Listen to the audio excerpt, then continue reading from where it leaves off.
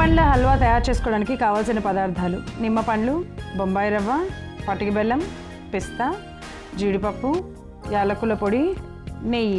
నిమ్మ పండ్ల హల్వా తయారు చేసుకునే విధానం: ముందుగా స్టవ్ వెలిగించి ప్యాన్ పెట్టుకొని 1 చెంచా నెయ్యి వేసి వేడి చేసుకోవాలి.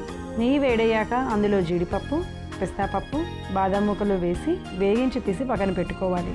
అదే ప్యాన్లో బొంబాయి రవ్వను కూడా వేసి చక్కగా వేగించుకొని ఒక ప్లేట్లోకి తీసుకొని పక్కన పెట్టుకోవాలి.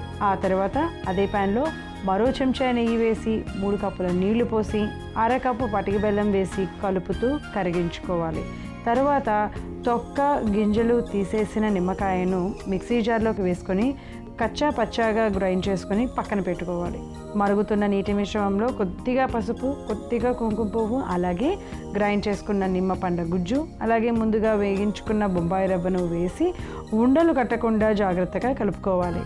బొంబాయి రవ్వ ఉడికాక వేగించుకున్న డ్రై ఫ్రూట్స్ని కూడా వేసి మరొకసారి కలిపి స్టవ్ ఆఫ్ చేసి సర్వింగ్ బౌల్లోకి తీసుకొని కుంకుమ పువ్వు, డ్రై ఫ్రూట్స్ని వేసుకుంటే శరీరంలో అన్ని విటమిన్స్ సమపాలంలో ఉంచి విటమిన్ సిని అందించి ఇమ్యూనిటీని పెంచే నిమ్మ పండ్ల హల్వా రెడీ.